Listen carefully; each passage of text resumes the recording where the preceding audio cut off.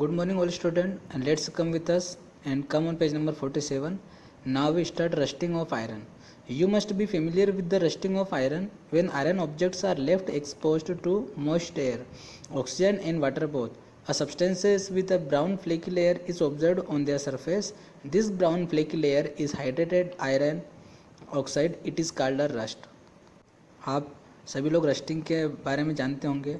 जब भी लोहे की वस्तुओं को हम लोग उनको एक मॉइस्ट एयर पर छोड़ते हैं तो उनके सरफेस पर एक भूरे रंग की परत चढ़ जाती है जिसे रस्टिंग कहते हैं। Rusting of iron is a slow changes that destroy the whole iron objects. Rusting क्या एक धीमी प्रक्रिया है, जंग लगना एक धीमी प्रक्रिया है जो धीरे धीरे लोहे को ख़त्म कर देती है। और इसे आयरन से अनेक चीज़ें बनती हैं जैसे कि bridges, car, ship, truck, gates, है ना, और भी बहुत महत्वपूर्ण सामान जो हर वर्ष लोहे से बने जाते हैं और इनसे ख़राब भी हो जाते हैं। क्योंकि जंग यह एक केमिकल रिएक्शन है और यह बहुत ही धीमी प्रक्रिया है,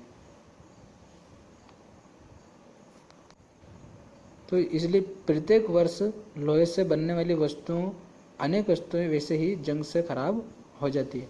तो आइए हम लोग इसका सूत्र देख लेते हैं। आप लोग सबसे ऊपर सूत्र देखिए, the process of rusting of iron is represented as. जब इसमें आयरन Fe, ऑक्सीजन O2 जल H2O के साथ अभिक्रिया करते हैं तो हाइड्रेटेड आयरन ऑक्साइड बनाते हैं। इसका सूत्र है Fe2O3X H2O। इसे ही हम लोग जंग कहते हैं। तो आइए हम लोग जानेंगे इससे रस्टिंग से बचने के उपाय के बारे में।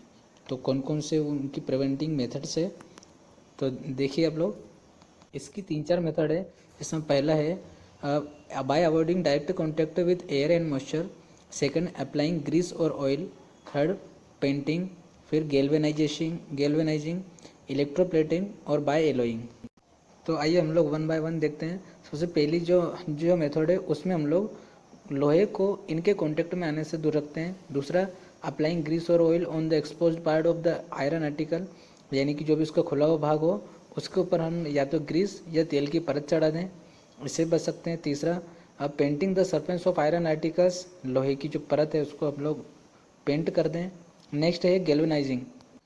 The surface of iron article galvanising is the process in which the layer of metals like chromium और zinc is deposit on the surface of iron article, यानी कि गैल्वेनाइजेशन की प्रोसेस में लोहे की वस्तुओं के ऊपर हम लोग इस जंग रोधी धातु होती है जैसे कि जिंक और क्रोमियम की परत चढ़ाते हैं। दूसरा होता है इलेक्ट्रोप्लेट।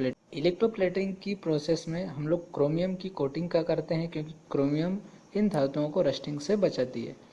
और नेक्स्ट जो प्रोसेस है वो है एलोइंग, यानी कि मिश्र धातु बनाना।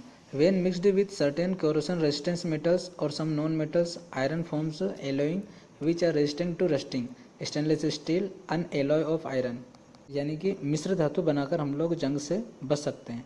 आइए अब हम लेते हैं क्रिस्टलाइजेशन।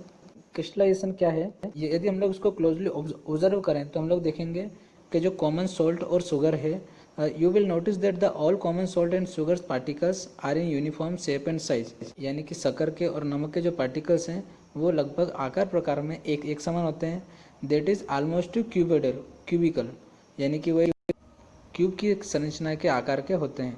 और ये जो यूनिफॉर्म पार्टिकल्स होते हैं इन्हीं को हम लोग क्रिस्टल कहते हैं। तो आइए हम लोग क्रिस्टल के बारे में और देखते हैं। अब नमक और ये बनते कैसे हैं, तो in a crystal atoms arranged in a regular pattern the crystal common salt, sugar, alum etc. are obtained from the solution. This solution in by water is process called crystallization, यानी कि ऐसी प्रक्रिया जिसमें हम लोग विलयन में से नमक, शुगर, एलम इत्यादि को जिस प्रक्रिया के द्वारा हम लोग प्राप्त करते हैं उस प्रक्रिया को हम लोग क्रिस्टलाइजेशन कहते हैं। और इस प्रक्रिया में सबसे पहले सॉलिड इसमें डिजोल्व होता है और धीरे धीरे भाप बनकर लिक्विड उड़ जाता है, केवल सॉलिड बचता है, इससे हम लोग क्रिस्टल प्राप्त होते हैं।